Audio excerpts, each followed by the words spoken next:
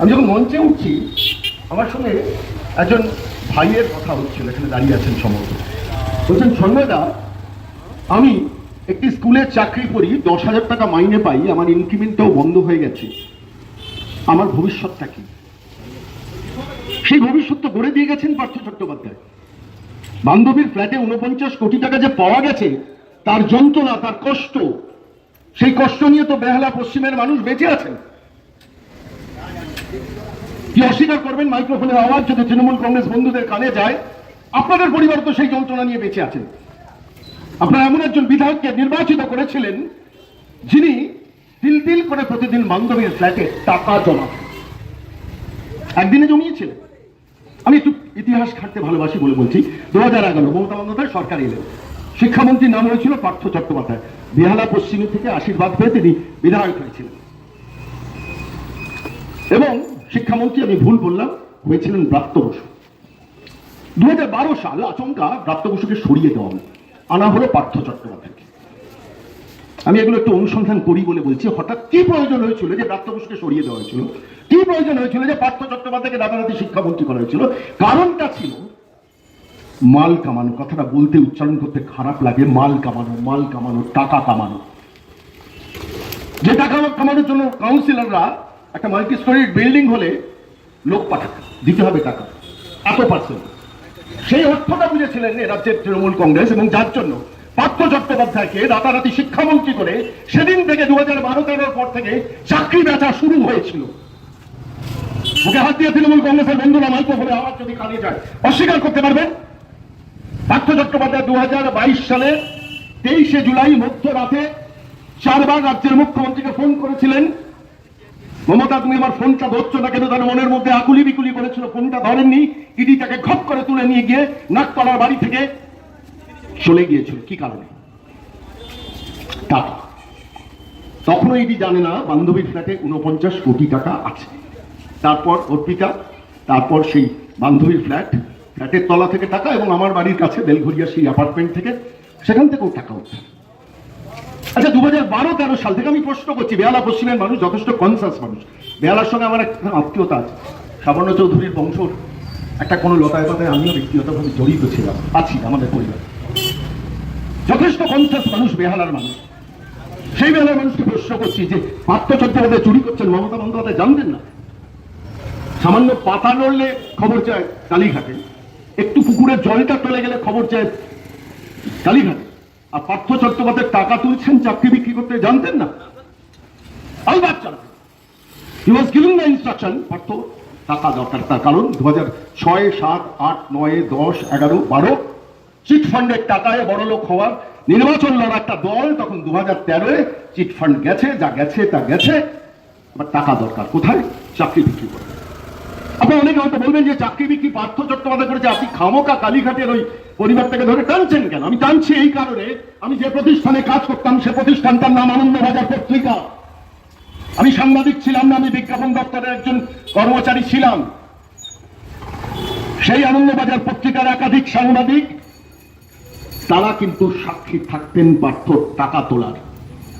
নাকতলার বাড়িতে গ্রিলের বারান্দার ভেতরে যারা টাকা নিয়ে বান্ডিল নিয়ে বসে থাকতেন, সাংবাদিকরা টাকা নিয়ে যেতেন না, সাংবাদিকরা বউয়ের, ছেলের, ভাইপোর, তাদের কাছ থেকে টাকা তোলার জন্য, টাকা না তুলে চাকরিটা পাওয়ার জন্য তারা চেষ্টা করতেন। বৃহৎ সর্বাধিক প্রচারিত সংবাদ মাধ্যমের একজন সাংবাদিক যখন পার্থবাবু গ্রেফতার হলেন, তখন আক্ষেপ করে সহকর্মীদের বলেছিলেন, আমার যে কি হবে জানি না, আমার 16 জন লোককে পার্থবাবু চাকরিতে ঢুকিয়েছে। তাহলে সেই আনন্দবাজার এখন কেন কথা বলবে?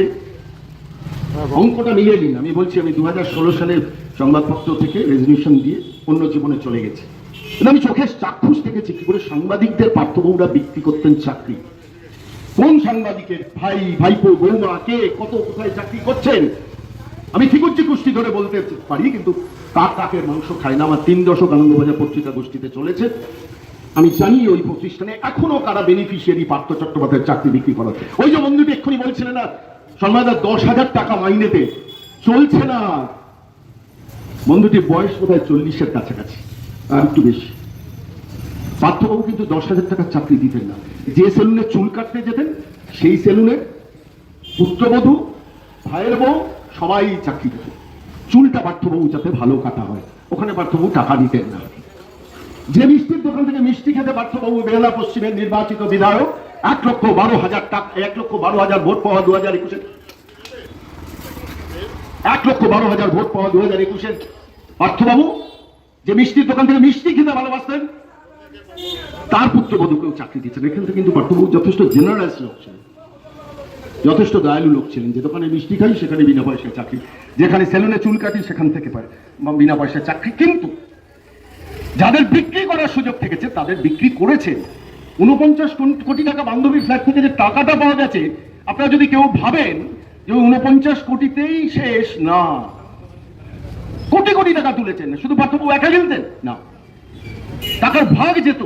আমার মন্ত্রিসভার ক্যাবিনেট মন্ত্রী, আমি যাকে মহাসচিব করে রেখেছি, 2023-এর 14ই ডিসেম্বর এই বেহালার মাটিতে এসে যখন এ রাজ্যের মুখ্যমন্ত্রী বলেছিলেন, আমি বিশ্বাস করি না পার্থদা এটা করেছে, বলেছিলেন না? 14ই আগস্ট আসেন বেহালায় রাজ্যের মুখ্যমন্ত্রী, আমি সেগুলো ফলো করি, বলেছিলেন উনি বিশ্বাস করেন না, কিন্তু উনি জানতেন টাকার ভাগ ঠিকঠাক যেত। যেদিন থেকে অর্পিতা ঘাটতি ধরলো, মটকালো, টাকার ভাগ আর ক্যামেক স্ট্রিটে যেত না, তখনই রাগ, তখন যন্ত্রণা। ডেপুটি কমিশনার অফ পুলিশ আকাশ মাগারিয়ার নাম করে বলছি, তাকে ভাইপো লেলিয়ে দিলেন পার্থ চট্টোপাধ্যায় কখন রাত্রিবেলা কোন বাড়িতে যায়। অর্পিতা ফ্ল্যাটে যেতেন পার্থবাবু, টাকা সেখানে জমা করতেন।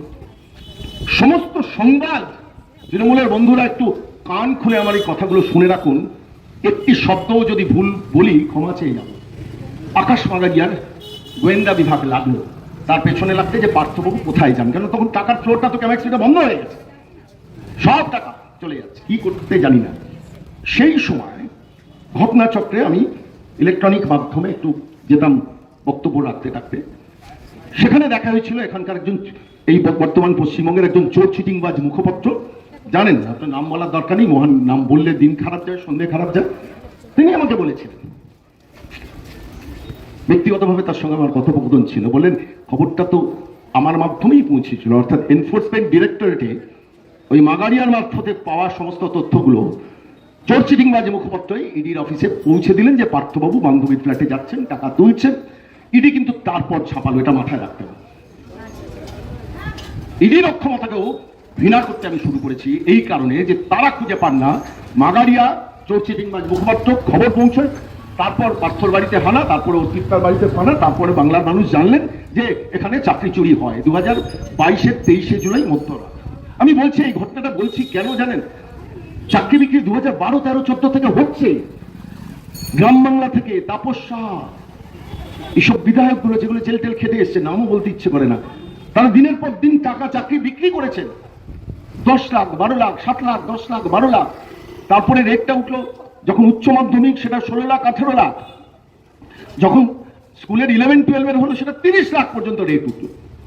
উনি কিচ্ছু জানতেন না, যার অত বড় গোয়েন্দা বিভাগ ওই ভবানী ভবনে বসে আছে। বিশ্বাস করেন আপনারা, ছেড়ে দিন, আপনারা বিজেপিকে অপছন্দ করতে পারেন, কিন্তু আপনারা বেহালা পশ্চিমের মানুষ হিসেবে বলুন তো, 2012-13 সাল থেকে চাকরি বিক্রি হচ্ছে 2022 পর্যন্ত এ রাজ্যের মাননীয় মুখ্যমন্ত্রী জানতেন না? জানতেন। যদি প্রথম দিকেই বন্ধ করতেন তাহলে এত মানুষের ভবিষ্যৎটা অন্ধকারে যেত না। যেত কি? এই যে 25,753 জনের চাকরি চলে যাওয়া, আপনারা সবাই জানেন, বেহালার মানুষকে বলার দরকার নেই, আপনারা সবাই টিভি দেখেন, কাগজ পড়েন, কি কান্না কেঁদেছে ছেলে মেয়েগুলো। সুপ্রিম কোর্টে মামলা হলো, হাইকোর্টে মামলা হলো, কোটি কোটি টাকা রাজ্য সরকার অপরাধীদের বাঁচানোর চেষ্টা করলো, শেষ পর্যন্ত চাকরিগুলো গেল, নতুন করে চাকরির পরীক্ষা হলো, আবার শেষ পর্যন্ত 32-35 হাজারের চাকরি হলো, যেখানে 5,73,000 ছেলে মেয়ে পরীক্ষাতে বসেছিল। ওই যন্ত্রণা, ওই কান্না হতো না যদি এ রাজ্যের মাননীয় মুখ্যমন্ত্রী এবং তার ভাইপো যদি ছেদটা টানতেন, এনাফ ইজ এনাফ, পার্থদা তুমি চুরি করতে পারো না। কেন থামাননি? থামাননি তার কারণ ফাইন্যান্সিয়াল ইন্টারেস্টটা ছিল। যেভাবে আজকে কয়লা পাচার কাণ্ডে আপনারা দেখছেন, দীনেশ চন্দ্র যিনি গ্রেফতার হয়েছেন, বড় স্ক্যাম, আরো আরেকটা স্ক্যাম। আমি বলছি প্রথম দিনে যদি দাড়িটা টানতেন পার্থ চট্টোপাধ্যায়কে, তাহলে এই গ্লানি নিয়ে আজকের দিনের নির্বাচনে পশ্চিম বেহালার মানুষ তো কোনো অপরাধ করেননি, তারা বেহালা ভালোবেসেছেন একটা দলকে, সমর্থন দিয়েছেন, শিক্ষামন্ত্রী করেছেন রাজ্যের মুখ্যমন্ত্রী। কি করে বুঝবেন যে ভেতরে এই কাণ্ড চলছে? তার পক্ষে বোঝা সম্ভব। আপনারা কেউ বুঝেছেন বলুন তো? 2022-এর 23শে জুলাই মধ্যরাতে যদি ওই ঘটনাটা টিভির পর্দায় না দেখতেন, আপনারা কেউ কখনো ভাবতেন যে যাকে ভোট দিয়ে নির্বাচিত করেছেন কিংবা যাকে ভোটটা দেননি, অথচ আপনারাও বিধায়ক, যিনি ভোট দেননি তারও বিধায়ক, কেউ কোনোদিন কখনো ভেবেছেন এই কারবার চলতো ভেতরে? কত মানুষের ভবিষ্যৎ নষ্ট হয়েছে বলুন তো? ওই 25,753 জনের মধ্যে কত স্কুলের ক্লার্কের চাকরি গেছে, কত স্কুলের নন টিচিং স্টাফের চাকরি গেছে, একটু ভেবে দেখুন তো। এটা ভাবুন, গত 1 মার্চ, গত 8ই মার্চ গ্রুপ সি গ্রুপ ডির পরীক্ষা হলো, যেখানে 16 লক্ষ ছেলে মেয়ে পরীক্ষা দিয়েছেন। কিসের জন্য? একটা সামান্য দারোয়ান কিংবা সিকিউরিটি কিংবা সুইপার কিংবা ক্লার্কের চাকরির জন্য 16 লক্ষ ছেলে মেয়ে পরীক্ষা দিচ্ছেন। ভ্যাকেন্সি কত সরকার ডিক্লেয়ার করছেন?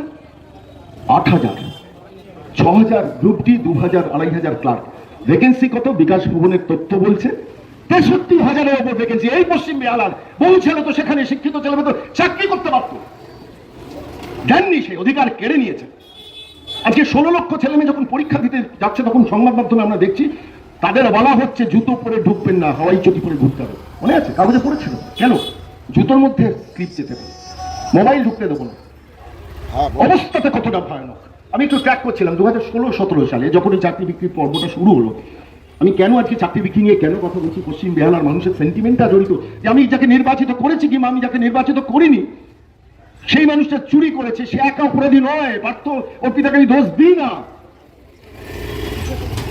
কেন কেন কেন এটা আমি হতে দিয়েছি? যে সরকার হতে দিয়েছি, যে রাজনৈতিক দল হতে দিয়েছেন, তারা জানতো না, তারা জানতেন বলে আপনি খেয়াল করে দেখুন। আমি বেহালার কনসাস, শিক্ষিত, সচেতন, বুদ্ধিমান মানুষ প্রত্যেককে বলছি, যারা পড়াশোনা বেশি করেননি সে মানুষগুলোকেও ভাবতে বলছি, একটু ভালো করে ভেবে দেখুন তো। আমি এই জায়গাটা আমাকে খালি ভাবায় যে আজকে এই টাকার উৎসস্থলটা একটা রাজনৈতিক দলের এত জরুরি না হলে আজকে এত মানুষের কান্নার কারণ হতো না, এত মানুষের যন্ত্রণার কারণ হতো না, এত মানুষ রাস্তায় বসতো না, এত পুলিশকে লাঠি চালাতে হতো না। কেন যন্ত্রণা দিয়েছিলেন?